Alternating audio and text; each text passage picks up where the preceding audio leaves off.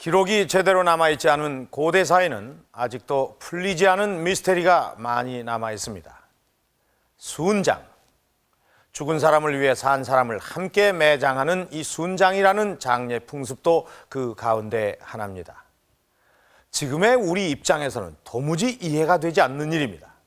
그 끔찍하고 잔인한 풍습을 왜 했는지, 도대체 누가 어떤 사람을 순장했는지, 또 산 사람을 어떻게 묻었는지 많은 의문이 생깁니다. 역사 스페셜 오늘 이 시간에는 이 이상한 장례 풍습, 순장을 들여다보려고 합니다. 옛날 학창시절 국사 시간에 들어본 일이 있다라고 생각하시는 분들도 계실 테고, 또 이 순장이라는 것이 이 부여시대에 있었던 풍습이라고까지 기억하시는 분들도 계실 겁니다. 삼국지 위지 동의전 부여조에 이런 기록이 있습니다. 장사를 치를 때 여름에는 얼음을 사용하고, 또 사람을 죽여 순장하는데 많게는 몇백에 이른다. 이 얼음이라는 물건과 또 순장자의 수까지 구체적으로 기록하는 걸로 봐서 옛날 우리나라에서 이 순장이라는 것이 실제로 행해졌다는 사실을 확인할 수가 있었습니다. 하지만은 이 부여에는 기록은 있지만은 이 구체적인 유물이 발견되지 않아서 이 순장에 대한 우리의 궁금증을 풀어주지 못할 것 같습니다. 그러나 이 기록은 없지만은 이 순장에 대한 흔적이 남아있는 무덤들이 우리나라 다른 지역에서 많이 발견되고 있습니다. 먼저 무엇이 순장묘인지 확인부터 해보겠습니다. 경상북도 경산시 임당동. 넓은 벌판 한가운데 자리 잡은 나지막한 구름 위에 크고 작은 무덤들이 밀집해 있다. 여기가 82년대 1차 지름 20여 미터, 지역이고, 높이가 2, 3미터나 되는 대형 고분만도 수십여 기. 임당 지역 고분군이 처음 발굴된 것은 지난 82년 우연한 사건을 통해서였다. 이 지역의 고분이 처음에 도굴이 돼가지고 여기서 나온 아주 귀중한 유물들이 그 밀반출되려다가 적발이 됐습니다. 그래서 여기서 도굴된 그 고분의 성격, 또 여러 가지를 연구하기 위해서 발굴을 처음으로 시작하게 되는데요. 발굴은 16년 동안 계속됐다. 가시덤불과 과수원을 걷어내고 땅속 깊이 파내려가자 그곳에 수많은 구덩이들이 있었다. 대형 고분에서 작은 옹관묘까지 모두 1700여 기. 1500년 전의 역사가 그곳에서 발견됐다. 무덤에서 발견된 유물들은 대부분 3세기에서 6세기 사이의 것으로 밝혀졌다.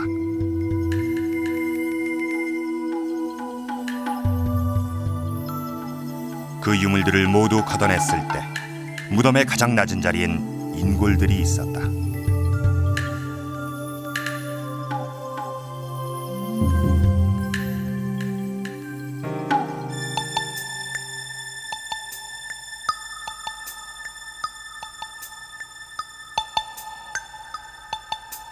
길이가 4미터나 되는 긴 구덩이.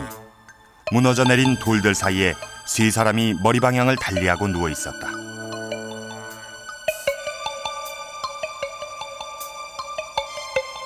그리고 그 옆에 구덩이에서도 선명하게 남아있는 두 사람의 인골이 발견됐다. 한 무덤 안에 5명의 시신이 함께 묻혀있는 이상한 죽음. 그것은 일반적인 무덤과 모습이 달랐다. 우리가 발굴하고 나서 보니까 소위 그 지배자인 그 주인공이 묻히는 구덩이라고 할 수 있는 그 주각이 하나 있고, 그 다음에 바로 거기에 딸린 이 부각이라는 이 큰 구덩이가 하나 있습니다. 이렇게 두 개가 하나의 큰 무덤으로 이제 형성되어 있는데, 제일 중요한 건 여기 그 사람이 묻혀 있다는 사실이죠.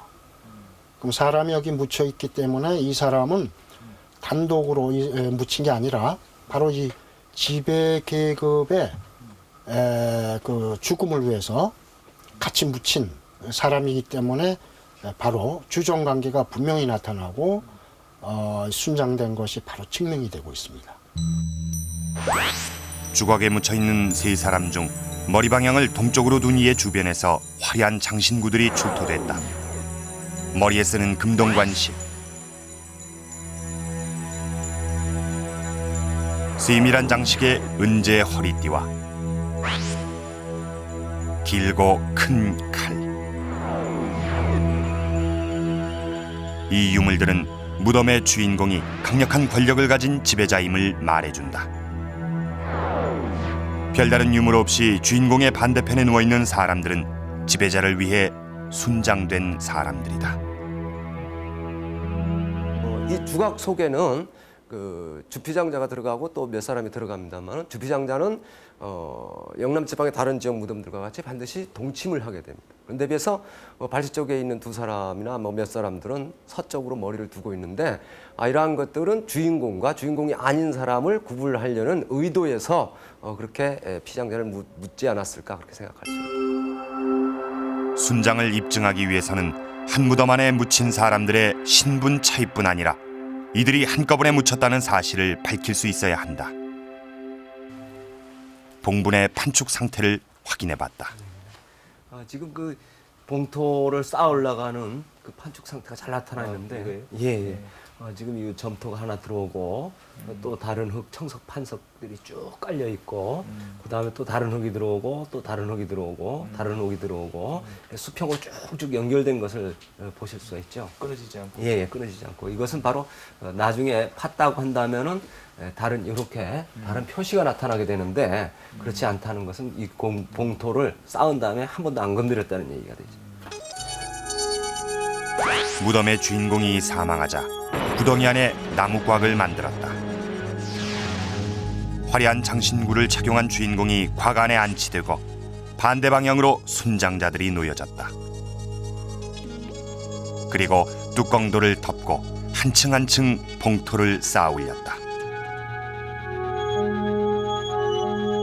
임당 지역에서 발굴된 고분들은 바로 순장 무덤이었다.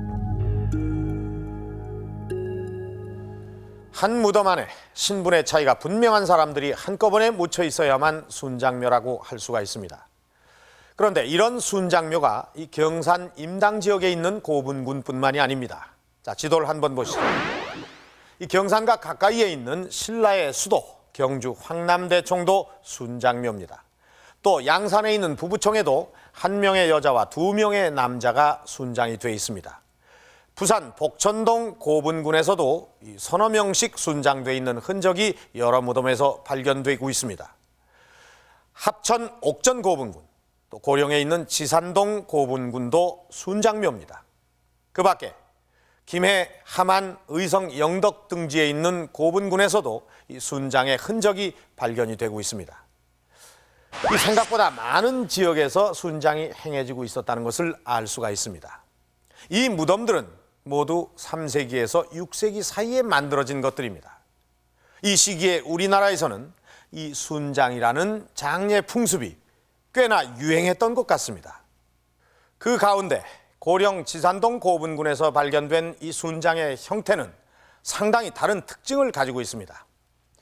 자, 지금 보시는 이 무덤은 이 지산동 고분군 중에서도 가장 규모가 큰 무덤입니다. 지름이 27m, 높이가 6m나 됩니다. 대가야 최고 지배자급의 무덤으로 알려져 있는데, 그 무덤 안은 어떻게 생겼는지 한번 들어가 보도록 하겠습니다.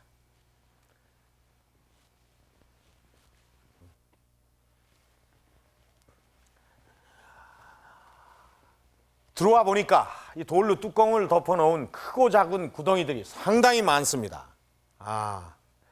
여기 그리고 무덤 가운데에 또 하나의 구덩이가 있는데 한번 보도록 하겠습니다.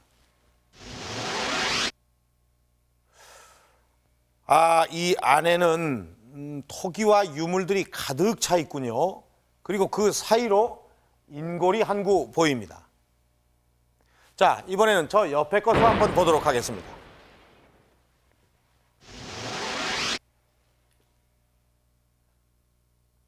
이쪽 것도 이 앞에 거와 비슷하게 유물들이 가득 차 있고 역시 인골이 한 구가 보입니다. 자, 이 두 개의 구덩이는 이 무덤의 주인공을 위한 이 유물과 이 순장자들이 묻혀 있는 그런 부실입니다. 그리고 이 가운데 이 큰 구덩이가 보이는데 한번 보도록 하겠습니다. 이 속이 굉장히 깊군요. 한번 내려가 보도록 하겠습니다.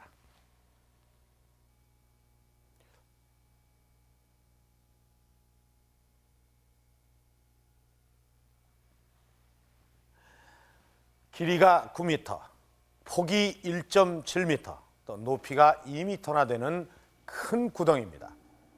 그리고 이렇게 목관 안에 누워있는 이 인골이 바로 이 무덤의 주인공입니다.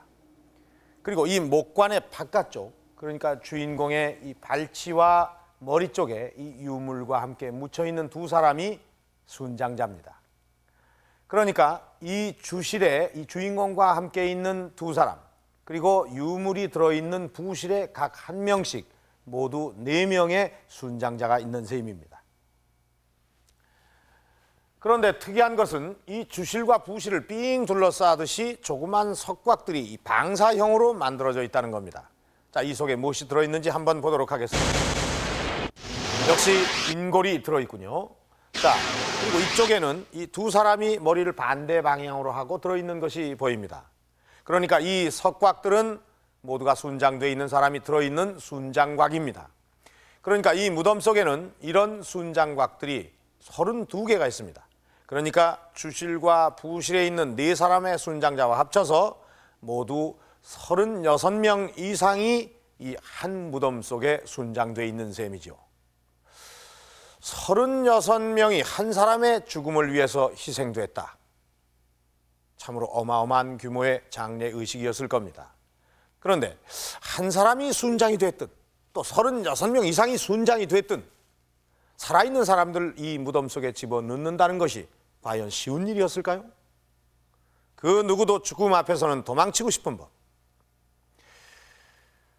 살아있는 사람들을 어떤 방법으로 이 무덤 속에 집어넣었을까요? 그냥 산채로 생매장을 한 걸까요?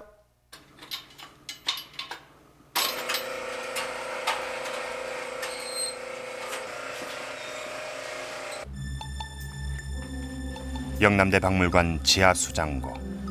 임당 지역 고분군에서 출토된 12,000여 점의 유물들과 함께 순장인골들이 특수 처리돼 보관돼 있다. 이 인골들이 자신의 죽음에 대한 비밀을 풀어줄 수 있는 유일한 단서다. 과연 이들은 어떤 방법으로 순장된 것일까?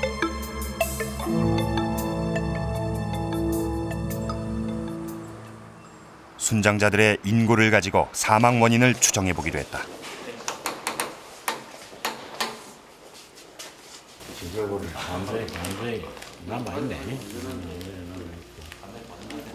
특히 두개골만 남아있는 순장자의 경우 외상의 흔적이 뚜렷이 남아있다. 분석은 고대 인골을 오랫동안 연구해온 부산대 해부학교실 김진정 교수가 맡았다. 이렇게 길게 금이 나 있습니다. 이걸 보통 선상골절 그렇게 말을 합니다. 망치라든지 뭐 이런 또 세막대기라든지 이런 예리한 걸 가지고 맞았을 때는 함몰골절에서 푹 들어갑니다. 안으로 배가. 근데 이건 지금 그냥 있거든요. 이게 그냥 있기 때문에 이럴 때는 둔한 물체에 부딪혔을 때 이렇게 골절이 온다고 되어 있으니까 이게 이런 선상 골절 사후에 깨진 게 아니고 사전에 깨졌을 걸로 봅니다. 이게. 엑스레이로 촬영한 사진을 통해 골절의 정도를 보다 정밀하게 분석해봤다. 두개골에 난 골절이 뼈 안쪽까지 깊숙이 파고 들어가고 있음을 확인할 수 있다. 겉으로 드러난 상태보다 훨씬 치명적인 외상이다. 그렇다면 순장자는 생매장된 것이 아니라 둔기에 맞아 숨진 것일까?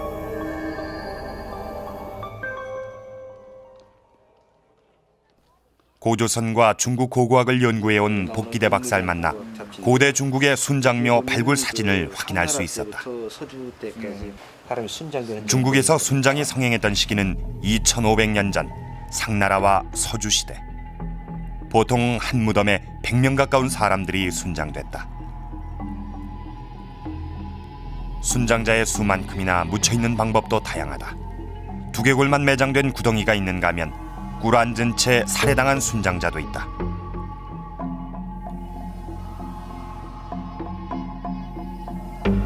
그런가 하면 한 구덩이 안에서 수십 명씩 겹쳐져 매장된 순장자들도 발견된다. 살해한 방법은 이제 두 가지로 보입니다.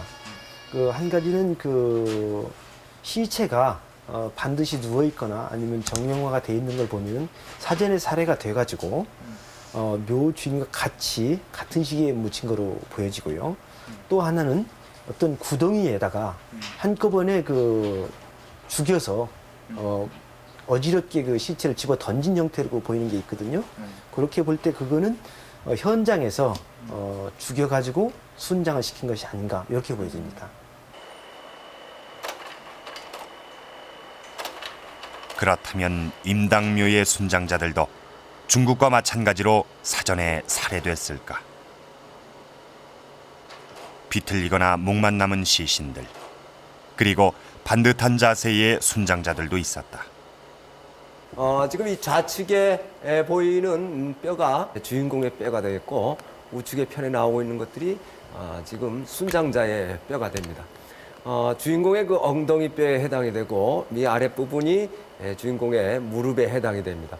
근데 이 주인공의 무릎을 아주 꽉 붙여가지고 나온 것은 바로 이것을 그 사체 처리를 할 때 염을 하는 등의 처리를 한 그런 흔적을 보입니다. 근데 비해서 그 옆에 순장자도 보니까 역시 마찬가지로 무릎을 상당히 가까이 대고 있는 것으로 봐서는 이것도 역시 무릎을 묶는다든지 하는 그 염의 흔적으로 볼 수가 있겠습니다.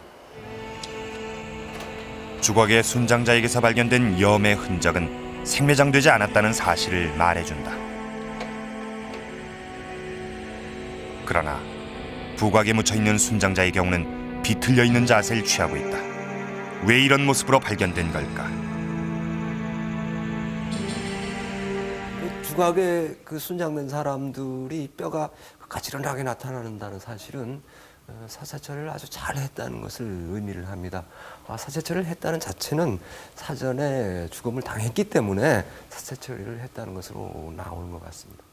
근데 비해서 이제 부각에 물론 산만하게 뼈가 출토가 되고 있습니다만은 그런 것들은 아마 주각에 들어가는 사람과 부각에 들어가는 사람의 신분 차이라든지 직능 차이 뭐 여러 가지 차이에 의해서 그와 같은 현상이 나타나지 않았는가 그렇게 보입니다. 순장자의 인골에서 다양한 죽음의 흔적들이 발견된다. 머리만 남아있거나 외상의 흔적이 분명한 순장자, 염까지 해서 주인공 곁에 묻혀있는 순장자. 이들은 1500년의 침묵을 깨고 말하고 있다. 그들은 생매장된 것이 아니라 사전에 살해당했다고. 사전 살해라. 외상이 분명하게 남아있는 순장자는 무기나 흉기로 살해됐겠지만 이 얌전하게 묻혀있는 순장자는 어떤 방법으로 죽임을 당했을까요? 여러 가지로 추측을 해볼 수가 있습니다. 우선 이 독극물로 살해됐을 가능성이 있고 또 이 목을 조르거나 또 굶겨서 목숨을 잃게 하는 방법도 있을 겁니다. 그러나 현재로는 이 구체적인 살해 방법까지 밝힐 방도가 없습니다. 그런데 이상한 것은 이 순장자를 죽인 다음에 그 처리 방법을 다르게 했다는 것입니다. 이 주인공 옆에 묻혀있는 순장자는 염까지 해서 아주 가지런히 눕혀있는 반면 이 부각 속에 묻혀있는 순장자는 유물들 사이에 아무렇게나 던져져 있습니다. 이 순장을 당하는 사람이라면 노예나 전쟁 포로쯤으로 생각이 되는데 그런 사람을 죽인 다음에 다르게 대우할 필요가 있었을까요? 아니면 이 순장자들 사이에도 신분의 차이가 있었던 걸까요? 먼저 한 무덤 안에서 발견된 5구의 인골을 가지고 정밀한 분석을 실시했다. 인골 분석을 통해 이들의 나이와 성별 등 순장자의 기본적인 신원을 파악할 수 있기 때문이다. 여기에 대자골절은 그렇죠. 각도가 생겨져 있습니다. 이 각도가 이제 그 예각, 각이 작다는 이야기인데요. 요 시지하고 중지를 폈을 때 각도하고 가깝다 하는 그런 식으로 우리가 쉽게 이야기를 합니다만은 이럴 때는 이게 남자입니다. 골반뼈의 각도가 좁을 때는 남자, 넓을 때는 여자다. 무덤의 주인공은 남자, 옆에 묻혀있는 순장자는 여자였다. 또 하나의 근거는 대퇴골이다. 이 뼈가 온전히 붙어있는지의 여부에 따라 성장 정도를 짐작할 수 있다. 발육이 계속되는 나이에는 물렁뼈가 완성되지 않아 가벼운 충격에 의해서도 쉽게 떨어져 나간다. 하지만 성인으로 완전히 성장한 다음에는 특별한 외상이 없는 한 형태를 유지하게 된다.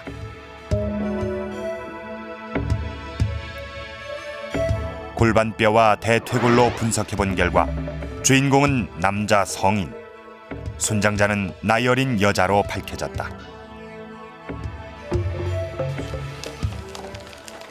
무덤에서 온전히 발견된 치아는 발육 단계에 따라 뚜렷한 차이를 보여주고 있어 20대까지는 정확한 나이를 판단할 수 있다. 여기 맹추하고 난 다음에 10일 맹추하고 난 다음에 뿌리가 이렇게 완전히 막히는 거죠. 요 구멍이나 뿌리가 지근이 아직 완전 완성이 안 됐거든요. 2, 3년이 걸립니다. 지근이 완성되기까지. 요거는 지금 요 구멍이 난 상태예요. 그죠? 여기 완전히 이렇게 안 물어야 되는 거죠. 예. 그래서 여기 한 13세 정도. 13세. 보통 두 번째 어금니는 12세에 나서 15세 정도가 되면 뿌리 부분의 구멍이 완전히 메꿔진다. 구멍의 정도로 보아 순장자는 13세로 판단된다.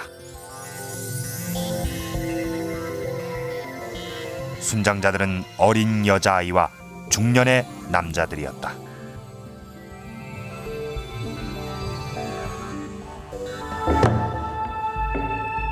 무덤에서 발견된 유물은 순장자의 신분을 추정할 수 있는 단서다.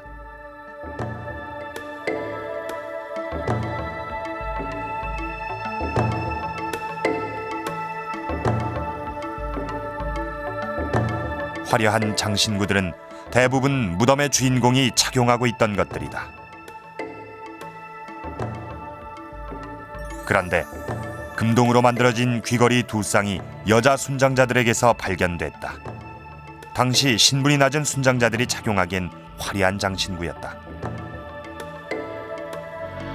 부인은 먼저 아니라는 것을 알 수가 있습니다. 왜냐하면 다른 무덤에 연이어져 있는 무덤에 들어가는 여자들이 아주 그 화려한 유물들을 착장을 하고 들어가는 것을 그 사람들이 부인으로 볼 수가 있기 때문에 부인은 일단 배제가 되겠고, 그 다음에 이제 첩이 아니냐는 문제가 성립이 될 수가 있는데, 역시 그것도 들어가 있는 순장자가 나이가 어리다는 것으로 봐서는 첩일 가능성이 없는 것 같습니다. 그럼 남는 것은 역시 이제 시녀나 시동이나 이러한 사람들로 볼 수가 있는데, 이러한 사람들의 신분이 상당히 높았다는 것을 아마 금동귀걸이는 알려준 것 같습니다. 당시 세력을 떨치던 50대 남자가 사망하자 가까이서 모시던 13살과 67살 된 어린 시녀가 함께 묻혔다. 그리고 각종 생활용품이 들어있는 부장곽엔 평소 이 물건을 지키거나 사용하던 사람들이 순장됐던 것이다.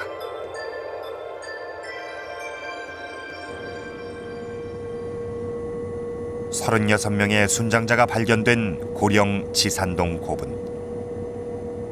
이곳엔 보다 다양한 신분의 순장자들이 있지 않을까.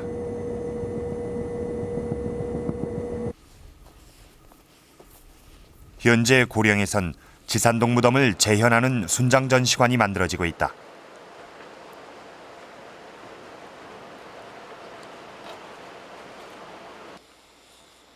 주인공이 묻힌 주실과 유물이 든 부실, 그리고 순장자들이 묻힌 32개의 순장곽이 그대로 복원되고 있다.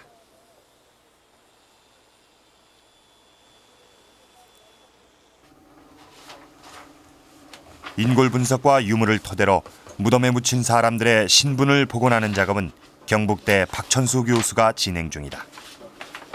고령 지산동의 순장자들은 특이하게도 각자 자신의 순장곽에 유물과 함께 묻혀 있다. 때문에 유물의 성격이 순장자의 신분을 결정하는 중요한 근거가 되고 있다. 별다른 유물 없이 순장돼 있는 사람들은 평민으로 추정된다.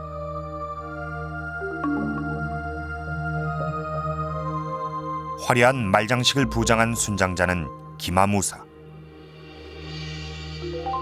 그리고 각종 토기와 무기들을 부장하고 있는 순장자는 주인공을 가까이서 보조하던 호위무사로 판단된다.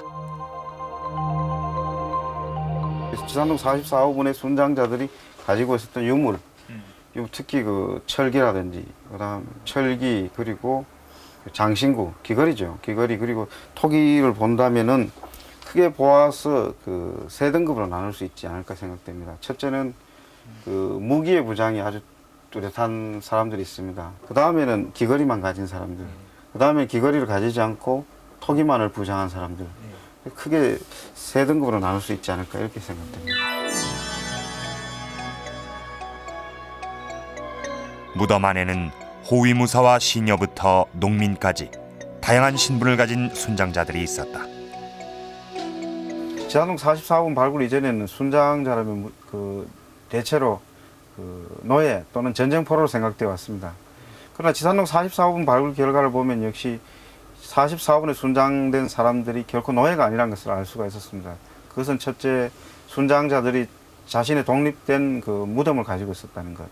또한 그런 무덤 안에 그 부장품이 면합되었다는 것. 그다음 그 가운데는 그 귀걸이라든지 목걸이를 착장한 사람도 있었습니다. 이러한 점에서 볼 때 지산동 44호분의 순장자들은 그 생전에 그 왕을 모시든 그 왕을 보좌하든 뭐 고위무사라든지 또는 시종 또는 일반 민들이 아니었는가. 그 총체적으로 볼 때 그 왕을 보좌하던 그 집단들이 왕의 죽음과 함께 동시에 그 순장된 것이 아닌가 이렇게 생각됩니다. 여기는 임당 지역에서 출토된 유물들이 보관되어 있는 영남대 박물관 수장고입니다. 여기에는 특이한 부장품들이 많이 들어 있습니다. 이 무덤 속에 많이 들어있는 부장품엔 토기들이 많습니다. 예나 지금이나 이 그릇은 살림 목록 제1호죠. 자, 이쪽을 한번 보겠습니다. 이 그릇은 이 밑에 구멍이 촘촘히 뚫려 있는 것으로 봐서 시루인 것 같습니다.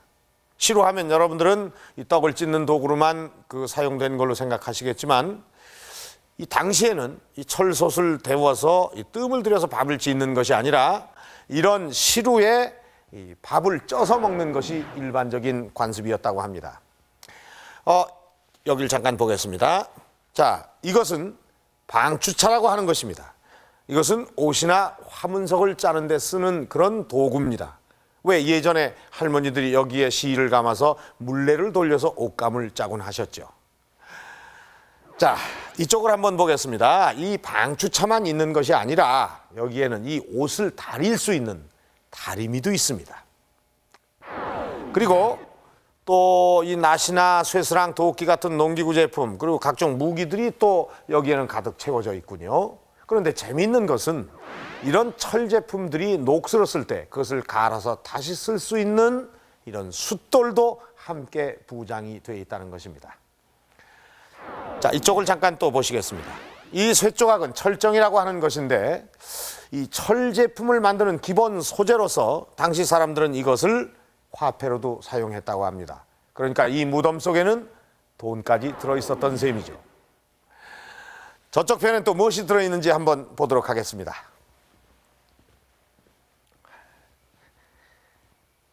이 여기 있는 토기들은 다른 것들에 비해서 그 크기가 상당히 큽니다.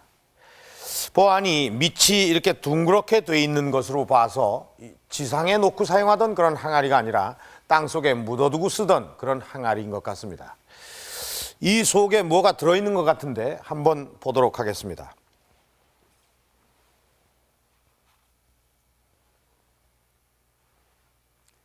벽시입니다.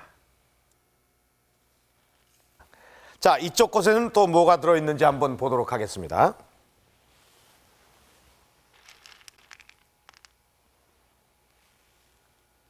이건 콩이군요. 자, 나머지 이 항아리엔 또 뭐가 들어있을까요?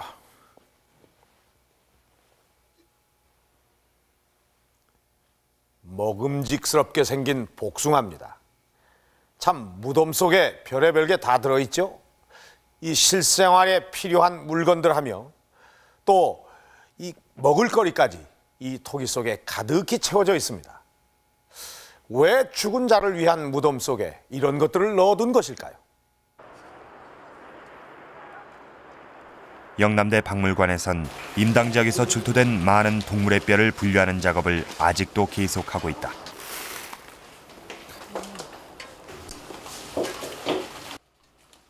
항아리 속에 담겨져 있는 뼈 가운데는 육안으로 쉽게 알아볼 수 있는 낯익은 동물의 뼈도 있다.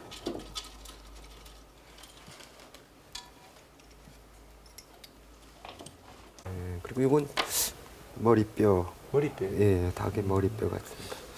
근데 그 한 마리 분이 아니고 여러 마리 분이 이 안에 들어있는 것 같습니다.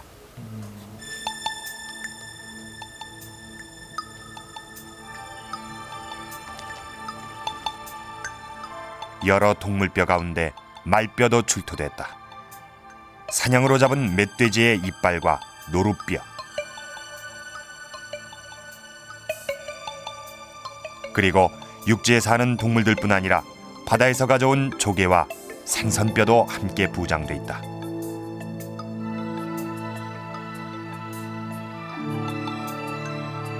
무덤 속에 있는 그 항아리나 또는 그 주변에서 상당히 많은 그 먹거리들이 출토가 되는데 육지에서 나오는 그 뭐 닭이라든지 또 돼지, 개 뭐 이런 뼈들도 나오고 있고 또 아직 뭐 조사를 해봐야겠습니다만은 제가 아직 알 수 없는 그런 여러 가지 동물들의 뼈들이 나오고 있습니다. 이름도 알 수 없는 동물들을 확인하기 위해 고대 자연생물을 연구하고 있는 김건수 박사를 초빙했다. 그러니까 쟤는 거의 유물하고는 상관이 없는 것 같아요. 이게 지금 보고의 턱뼈입니다. 그러니까 이게 이렇게 해서 고 이제 이 위쪽으로 또 한 조가 또 붙죠. 이렇게 하면 이제 이거 위아래가 성립이 되는 거죠. 큰 종입니까? 예, 지금 턱뼈로 봐서는 좀 큰 것 같아요. 중간 부분이 좀 모자란 것 같은데 이 정도. 이것도 한 50에서 60. 50에서 60. 예. 상당히 큰 건. 예.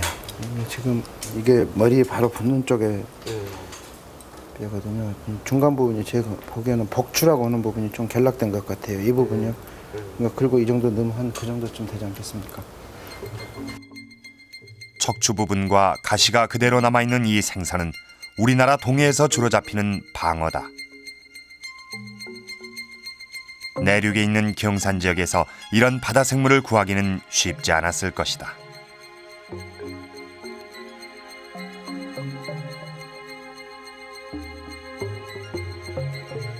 이건 항아리 속에 들어있던 게 아니고 바깥에 이렇게 막 길게 60, 70cm씩 길게 막 나와 있거든요. 이 상당히 큰 어류 같더라고요. 이거 뭡니까?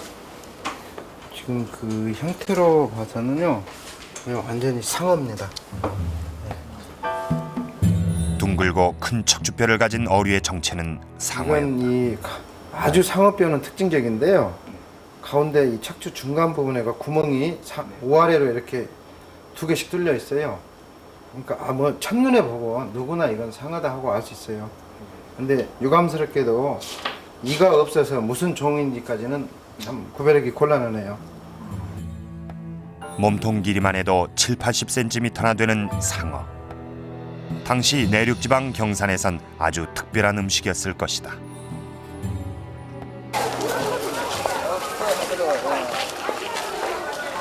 혹시 이 지역 사람들은 상어를 아직도 특별한 음식으로 먹고 있을까? 실례합니다. 예, 저희 혹시 여기에 그 상어 혹시 있습니까? 예, 이게입니다. 이거 예. 돈베기 말이지요. 돈베기요? 예, 아, 이게 돈베기라 부릅니까? 예, 예. 여기서는 다 돈베기라고. 예, 돈베기요? 예. 아, 그냥 제수용. 주로 뭐 하는데 쓰는 겁니까? 이제 설명절 때 제수용품으로 많이 나가고 예. 좋아하시는 사람은 또 반찬으로도 하고 그러십니다. 그 옛날부터 먹던 겁니까? 예, 이쪽으로는 뭐 옛날부터 예. 제수용품으로는 꼭 사용하는 것이. 산지에서 보통 토막 내서 운반되기 때문에 이곳에선 상어를 돈베기라고 부른다. 잡아서 오는 모양이네요. 예, 예. 이름 그대로 토막 나 있어 어떤 종류의 상어인지 알 수 없었다. 하지만 경산을 비롯한 영남 지방에선 옛날부터 이 상어를 제사상의 필수 품목으로 올리고 있다는 사실을 알 수 있었다. 경남 울주군 대곡리에 남아있는 청동기 시대의 암벽 벽화. 고대인들의 수렵 생활을 묘사한 이 벽화엔 멧돼지 노루등 들짐승과 날짐승은 물론 지느러미와 꼬리가 상세히 묘사된 상어가 그려져 있다. 오래전부터 상어는 고기잡이의 대상이었을 것이다.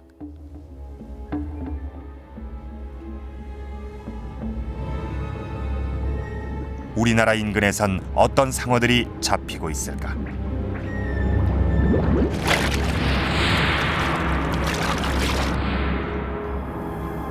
길이가 1m에서 2m 정도 되는 청상아리는 성질이 사납고 날쌔서 쉽게 잡기 힘든 종류다.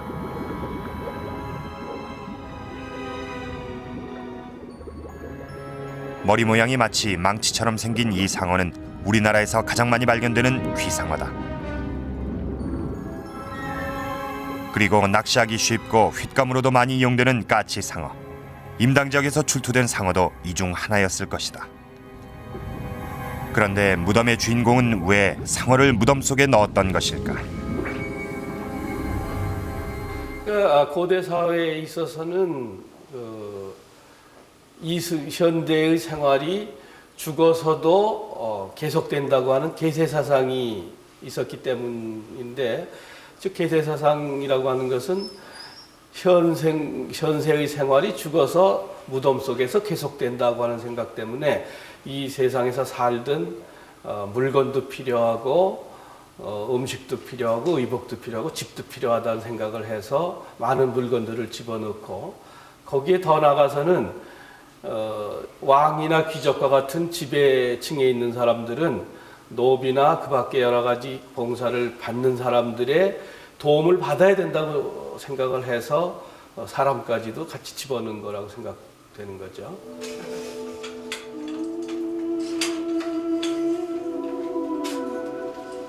고대인들은 사람이 죽으면 무덤 속에서 현세와 똑같은 생활을 계속하게 된다고 믿었다. 그래서 현세에서 사용하던 물건들은 물론 가까이 있던 사람까지 무덤으로 데려갔던 것이다.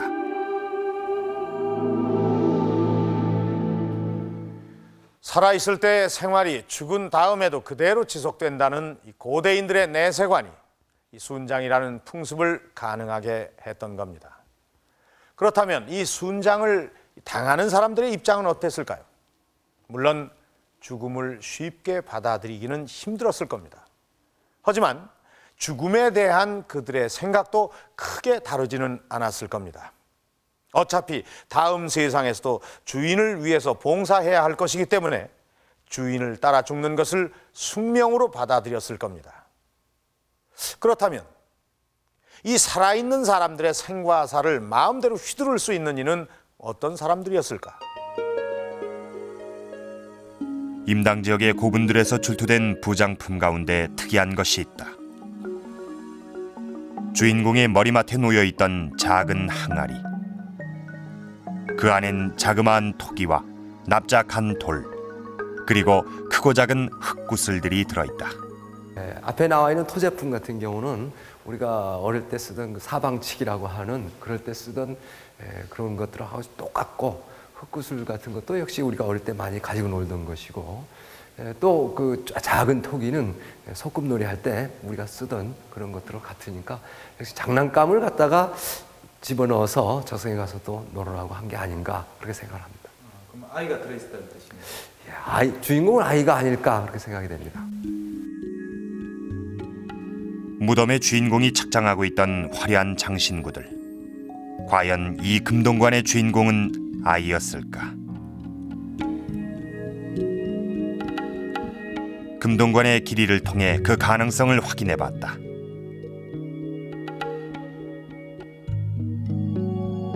금동관의 길이는 46cm였다. 올해 9살인 아이의 머리둘레가 52cm. 무덤의 주인공은 이 아이보다 더 어린 지배자의 아이였을 것이다.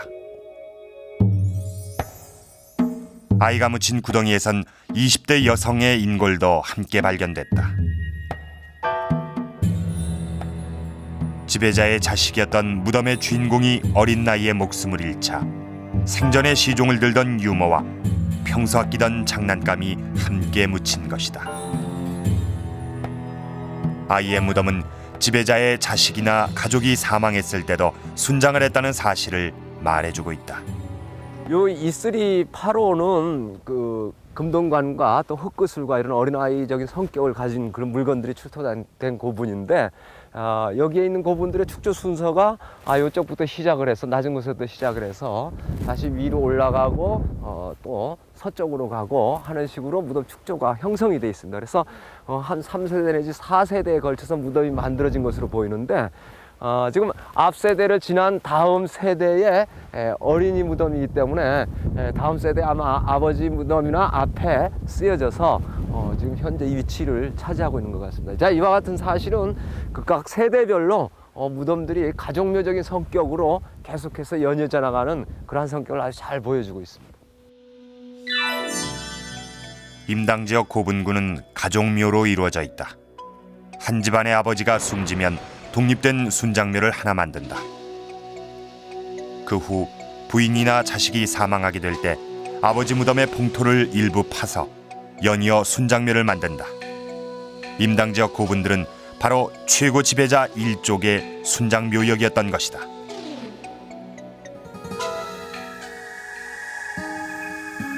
살아있는 사람들의 목숨까지 무덤 속으로 가져갈 수 있었던 절대적인 권력. 경산 일대를 군림하던 지배자들은 어떤 세력이었을까? 삼국사기 신라분기에는 경산의 옛 지명이었던 압독국을 정벌한 사실이 기록돼 있다. 순장이 이루어지기 훨씬 전부터 압독국이 신라에 복속돼 있었다는 사실을 말해주고 있다. 어떻게 작은 지방의 수장들이 순장을 행할 수 있었을까? 당시 신라 중앙의 경주와는 어떤 정치적인 관계가 있었을까? 경주 대릉원의 고분들, 임당 지역과 비슷한 5세기대에 축조된 대규모 무덤들이다. 그 가운데의 가장 큰 무덤이 황남대총이다. 남분과 북분으로 이루어진 이 거대한 무덤에서도 순장의 흔적이 발견됐다. 큰 목과 안에 왕족으로 추정되는 60대 남자가 관에 안치돼 있고 15세 여성으로 밝혀진 순장자가 관 밖에 묻혀 있다.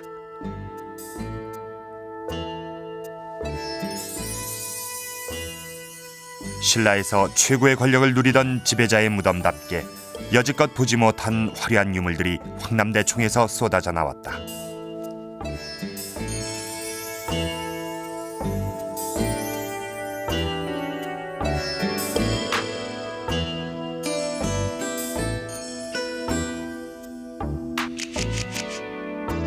황남대총은 연대적으로 현재까지 발굴 조사된 큰 무덤 중에선 가장 빠른 편에 속합니다.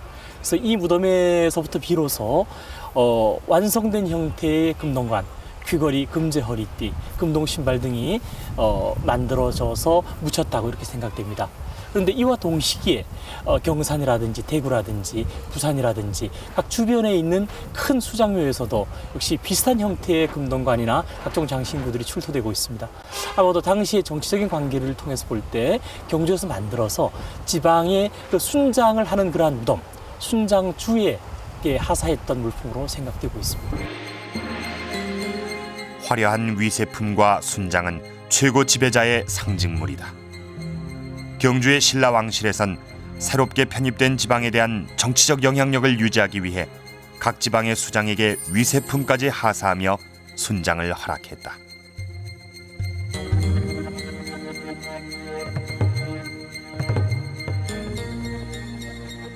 4, 5세기 당시에 경주 지배 집단은 새로이 신라 영역으로 들어왔던 지역에 대해 가지고 지방관을 직접 파견해 가지고 지배해 나갈 체제를 아직 갖추지 못했기 때문에 기존의 이 지방 세력을 지배 세력을 이용하려고 했던 겁니다.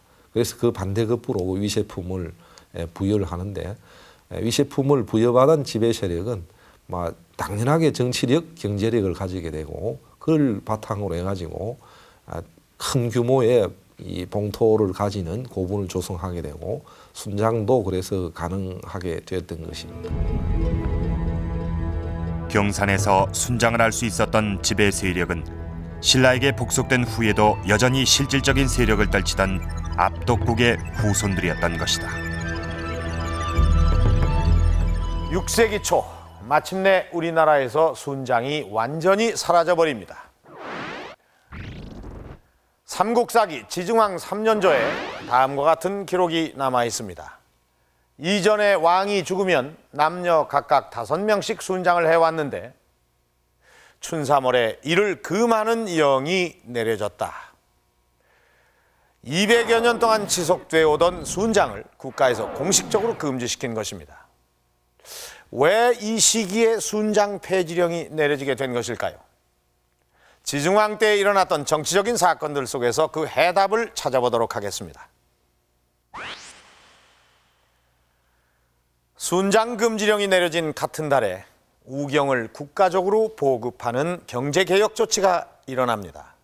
소를 이용해서 농업 생산량을 증대시키려는 것은 농업을 국가 경제의 기본으로 삼겠다는 의지입니다. 노동력 확보라는 중요한 당면 과제 앞에 인적 자원이 순장으로 낭비되는 것을 더 이상 방치할 수는 없었겠죠. 그런 다음에 이 나라 이름도 확정을 했습니다. 사라, 사로, 신라라는 이 다양하게 쓰이던 국호를 신라라는 이름으로 확정을 한 것입니다. 이 신라라는 나라 이름은 왕의 덕업이 나날이 새로워지고 또 사방 영역에 두루 미친다는 그런 뜻입니다.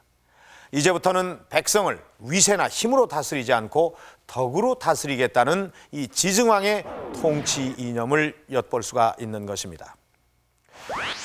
그런 다음 이 전국에 주군현을 설치하고 지방관을 파견합니다.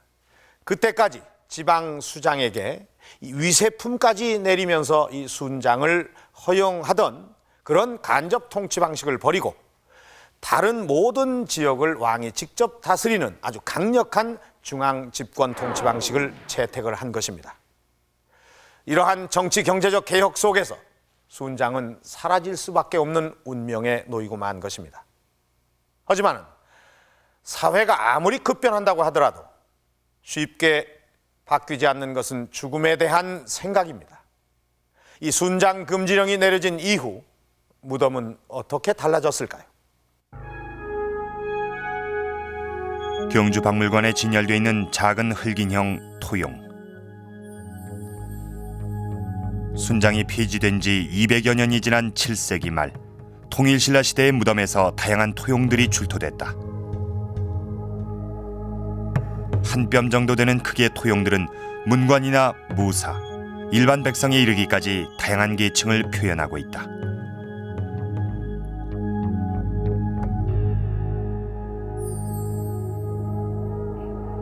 예, 토용이 발견되는 그런 무덤은 대개 통일신라 시대의 무덤입니다.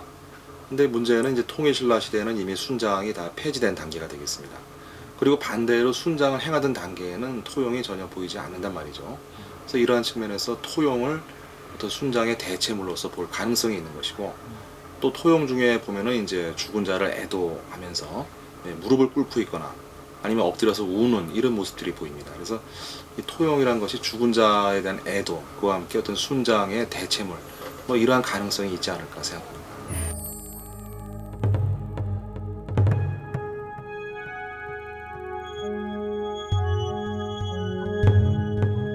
끝내 참지 못한 눈물을 옷깃으로 훔치는 여인.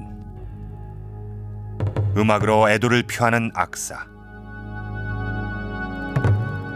그리고 무릎 꿇고 통곡하는 남자는 모두 주인공의 죽음을 슬퍼하고 있다. 흙으로 빚은 이 토용들은 무덤의 주인공과 함께 순장됐던 시녀나 측근의 또 다른 모습이다.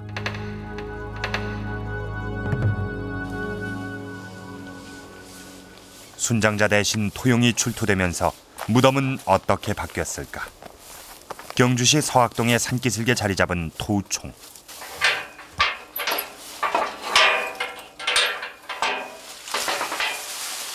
무덤 안 네모퉁이에서 토용이 각 한 점씩 출토된 통일신라 시기 무덤이다.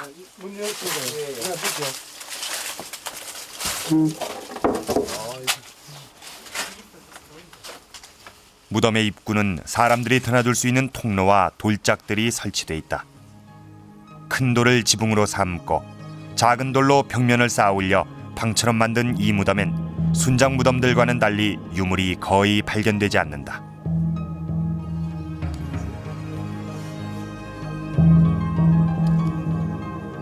네, 이 무덤은 횡일식 석실이라고 하는 구조입니다. 무덤의 한 켠에 입구를 만들어서 여러 번에 걸쳐서 사람을 묻을 수 있도록 되어 있습니다.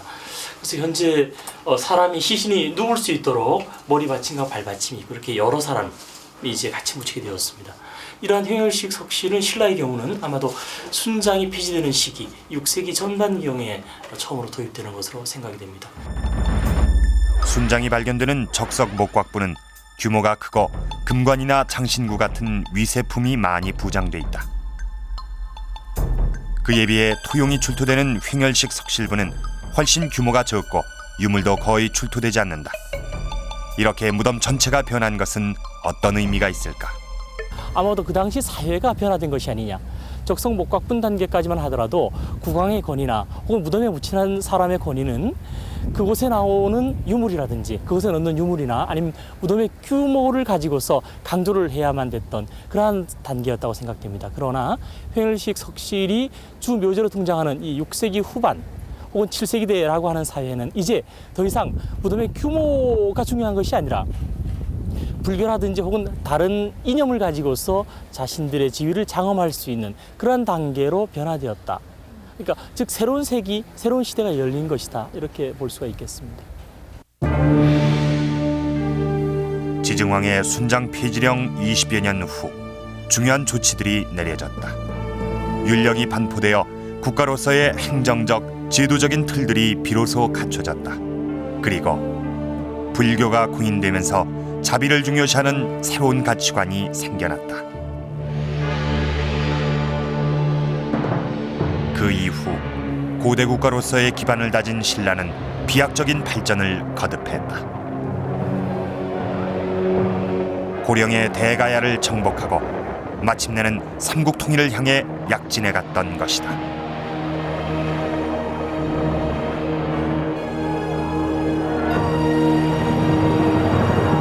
순장이라는 것은 역시 하나의 장례 풍습입니다. 근데 이러한 장례 풍습은 그 저승세계에 대한 인식, 즉 내세관의 반영이 되겠습니다. 순장의 폐지는 내세관의 변화를 의미하는 것이고, 이런 내세관이 변화되었다는 것은 그만큼 사회적인 분위기가 바뀌어 나간다, 이런 이야기가 되겠죠. 그래서 그러한 분위기란 것은 역시 어떤 사회적인 발전 수준이 높아지면서 인격을 좀 무시하는 단계에서 좀 소중히 생각하는 단계, 그리고 또 인간의 어떤 그 노동력을 중시하는 이러한 측면, 또 그와 함께 불교의 어떤 유입에 의한 이러한 사상들이 좀 전반적인 변화를 낳았다고 생각이 됩니다. 그래서 이러한 순장이 폐지되고 나서 그거의 하나의 잔존물 혹은 대체물로서 어떤 토용이 등장하는 이런 분위기가 생기지 않나 생각합니다. 사람을 물건처럼 부장하던 순장의 시대. 인형을 사람 대신 부장한 새로운 시대. 토용은 인간을 보다 중시하는 새로운 시대를 살아가는 사람들의 얼굴이다.